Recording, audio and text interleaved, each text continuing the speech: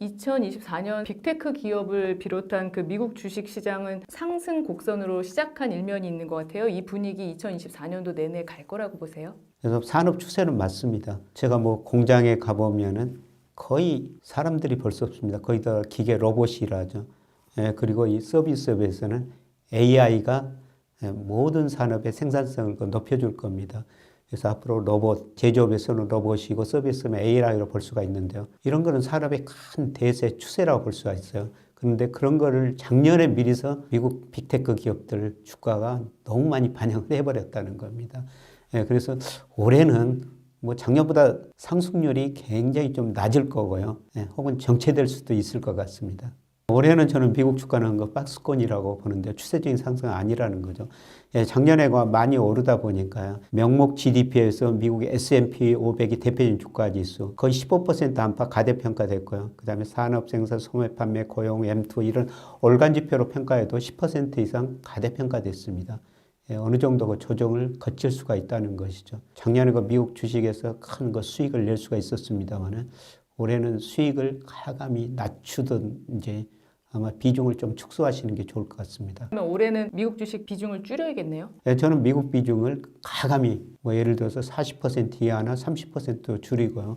대신 그거를 일본, 뭐 유럽, 그 다음에 중국 이렇게 조금 더 분산해서 투자하는 것이 안정적으로 올해 그 수익률을 관리하는 방법이 아닌가 생각됩니다. 중국은 근데 지금 현재 주식시장이 굉장히 안 좋잖아요. 지금 그럼 오히려 들어갈 때다 이렇게 보시는 거예요? 그렇죠. 작년에 저 미국 주가는 엄청 올랐는데 홍콩 주가 많이 떨어졌고요. 그 다음에 중국 주가도 떨어졌죠. 그래서 우리 저 홍콩 H지수를 기반한 거 ELS 우리 저 금융회사들이 많이 팔았는데요. 많이 지금 손실이 나고 있지 않습니까? 역으로 그럴 때 우리가 반대로 생각해야 된다는 겁니다. 그래서 그만큼 주가 지수가 많이 떨어졌다. 그리고 중국 경제 뭐 그렇게 좋지는 않습니다. 근데 중국이 극단적으로 미국처럼 2008년 금융위기처럼 가지는 않을 거예요. 중국이 구조적으로 저성장 들었습니다만은 미국은 그 주택 가격이 떨어지면서 금융회사들이 주택을 담보로 여러 가지 파생상품을 만들어 가지고 팔았는데 주택 가격이 떨어지니까 가기도 부실해져 금융회사 프로세스에서 위기 같습니다만 중국은 금융이 그렇게 실물하고 연결이 안 돼 있어요. 그래서 극단적인 위기는 안 올 겁니다. 주가가 많이 미국은 고평가돼 있습니다. 중국 주가는 작년에 떨어지다 보니까 명목 GDP 비해서 오히려 10% 이상 가소평가됐어요. 지금 미국은 좋다고만 할 때 미국은 다시 낮은 쪽으로 봐야 되고요. 굉장히 나쁘다고 한 이런 시장을 우리가 올해는 더 쳐다보셔야 될 것 같습니다. 일본은 올해 시장이 굉장히 좋을 거라고 예상을 하셨어요. 일본 시장은 어떻습니까? 일본 주가가 올해 들어와서 뭐 러시아 주가 다음으로 제일 많이 올랐는데요. 일본 주가가 제일 많이 올랐는데요. 일본 주가가 오른 것은 장기적으로 디플레이션에 탈피하고 있다 이렇게 볼 수가 있겠습니다. 그래서 2012년부터 GDP 디플레이터가 안만하게 상승하다고요. 작년에는 굉장히 빠른 속도로 상승을 했어요. 근데 이번에 전 세계적으로 인플레가 오면서 가장 도움을 받는 나라가 저는 일본이라고 보고 있습니다. 저는 일본 그 소비가 증가하고 일본 경제가 디플레 탈피하는 과정이다. 그래서 일본 주가를 좀 더 좋게 봤고요. 그 다음에 중요한 것은 환율이죠. 최근에 일본 엔달러 환율이 150엔까지 가면서 큰 폭으로 엔화 가치가 떨어졌는데요. 최근에 그 142엔까지 떨어졌다 지금 145엔 안팎에서 움직이고 있습니다만은 저는 장기적으로는 미국의 대내 불균형이 너무 심화됐습니다. 달러 가치는 하락하고 상대적으로 엔화 가치는 오를 것이다. 그리고 엔달러 환율을 결정하는 가장 중요한 요소가 미국하고 일본하고 10년 국제 수익률 차이입니다. 작년에 미국 경제가 2.4% 성장했는데 올해는 1% 초반일 텐데요. 경제성이 떨어지면 미국 금리 떨어질 수밖에 없죠. 근데 일본 경제는 올해도 그렇게 성장률이 떨어지지 않을 거고요. 미국 주식 시장 쪽에서는 어떤 주식에 좀 관심을 가져보면 좋을까요? 역시 세계의 큰 추세가 AI 혁명이거든요. 이거는 뭐 혁명이라 해도 과언은 아닐 겁니다.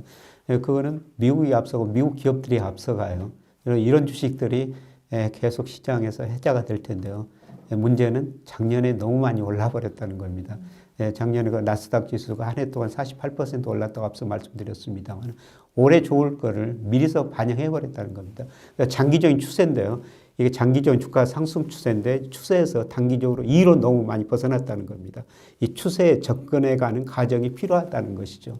그래서 그게 올해가 아닌가 생각됩니다. 배당주에도 요새는 관심을 가지시는 분들이 많거든요. 미국 주식 중에 배당주가 좀 괜찮은 주식이 있을까요?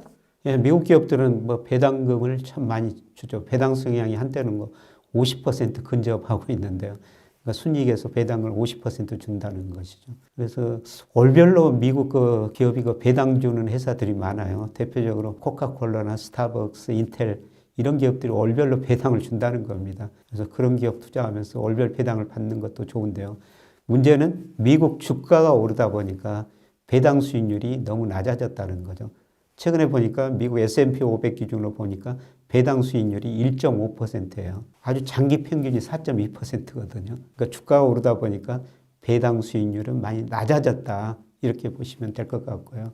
차라리 뭐 배당 수익률이 낮아졌으니까 뭐 배당 투자하시려면 배당형 채권 ETF가 있거든요. 오히려 그런 것에 더 관심을 가져야 되지 않을까. 여러 가지 종류들이 있습니다. 여러분이 미국 시장 찾아보고 그다음에 증권회사 가서 물어보면은 미국에서 배당을 주는 그 채권형 펀드 있거든요. 이런 거를 적극적으로 좀 활용하시는 게 더 좋지 않을까 생각이 됩니다. 주식시장이 나쁠 때도 돈을 버는 분들은 계시고요. 좋다고 해도 또 돈을 못 버시는 분들도 계시거든요. 경제 전문가로서 개인 투자자들한테 이제 이런 마음가짐으로 좀 주식 투자를 해라 이러고 조언해 주실 말씀이 있으실까요? 뭐 가장 일반적인 거지만은 보통 사람들하고 좀 다른 생각을 해라. 모든 사람들이 좋다고 할 때는 나쁘다고 한번 생각해 보고요. 모든 사람들이 나쁘다고 생각할 때 좋다고 한번 생각해 보자는 겁니다. 그래서 작년에 예를 들어 가지고 우리가 2차 전지 주식 굉장히 많이 올랐을 때 얼마나 낙관적인 전망들이 지배했습니까? 그런데 그것들이 지금 반토막 나 있지 않습니까? 이렇게 모든 사람들이 좋다고 생각할 때는 나쁜 점을 찾아보고요. 그 다음에 최근에 주가 떨어지고 특히 그 중국, 홍콩 주가 떨어지면서 우리 ELS 같은 걸 직접적인 피해를 주고 있습니다만은 그럴 때는 긍정적인 요인을 찾아보자는 겁니다. 그리고 가장 중요한 거는 자기 나름대로 기준을 설정하는 게 좋을 것 같아요. 예를 들어서 저 같은 경우는 코스피 주가를 장기 추세를 구하고 2로 많이 벗어나면 비중 줄이고요. 밑으로 많이 벗어나면 비중 줄입니다. 그리고 일평균 수출에 비해서 2로 가대평가되면 주식 비중 줄이고 밑으로 가소평가되면 주식 비중을 늘리는 거예요. 그래서 자기 나름대로 어떤 기준을 마련해 놓고 투자하시는 게 좋습니다. 그렇지 않으면 주가가 오를 때 높을 때 살 경우가 많고요. 주가가 떨어졌는데 저평가됐는데도 비관적인 이야기들이 많이 나오니까 오히려 주가가 저평가됐을 때 주식을 매도할 경우도 많거든요. 자기 나름대로 어떤 기준을 마련하시는 게 좋을 것 같고요. 그리고 가장 중요한 거는 주가는 지금 저평가되어 있다는 겁니다. 제가 명목 GDP로 추정하면 올해 그 적정 주가 지수가 코스피가 약간 3,000이 넘거든요. 결국 시간이 가면은 거기에 접근해 간다는 겁니다. 좀 멀리 내다보고 투자하시는 게 좋을 것 같습니다.